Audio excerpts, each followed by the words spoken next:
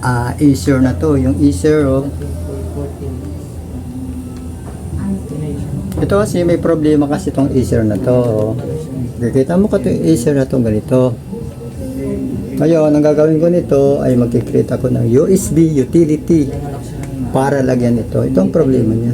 Ito ang karamihan sa sakit sa Acer sa mga Acer. Ngayon, nag-ano ko ng USB ito, USB oh. Ano to? 16 GB to. Pero ang hinihingi niya 8 GB lang. Ibig sabihin, mas mataas yung space niya. Okay lang yun. Kaya ngayon, dinadownload ko siya ngayon. Kasi para mamaya, ang gagawin ko ay isasalpa ko na lang dyan para ma-open ko na itong ROM OS.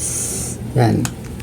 Tapos, pag mag-create ka, kailangan kung ano yung yung Acer mo, isusulat mo mismo doon sa para mag-match.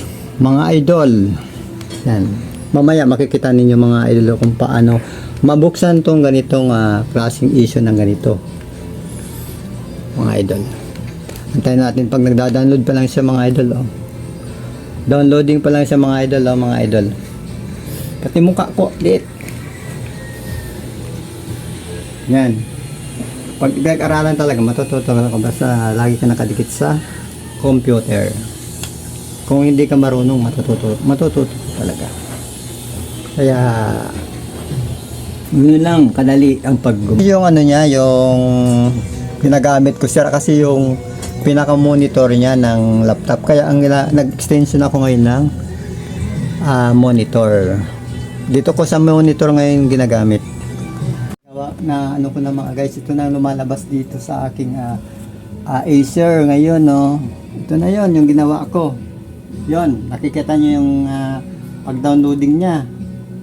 Isa naman magbabayad ka pa sa labas. Magkano ang bayad dun sinisingil pas bubuksan pa. Ito hindi na sa bubuksan eh. Computer lang mismo ang aayos nito. Kaya kung kayang-kaya ninyo, kaya nyo yung gawin yan basta pag-aralan nyo. Hindi yung lahat ng tao basta masipag, basta mag-aral, magagawa yan. Yan. Ayun na. Yan, nakatutok na kayo, 'di ba? Kitang-kita nyo sa aking. Ayan na. Unexpected please repair draw alert troubleshoot speak. Tapos okay, Chrome na siya. Yan na, mamaya na.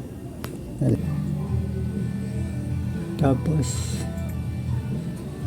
as a mouse if you have anything connected to the Chromebox as a mouse, external and drive ay kailangan ng mouse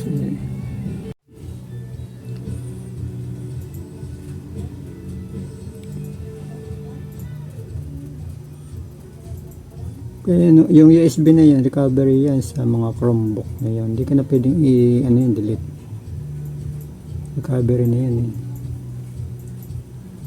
Sana successful ako. Successful.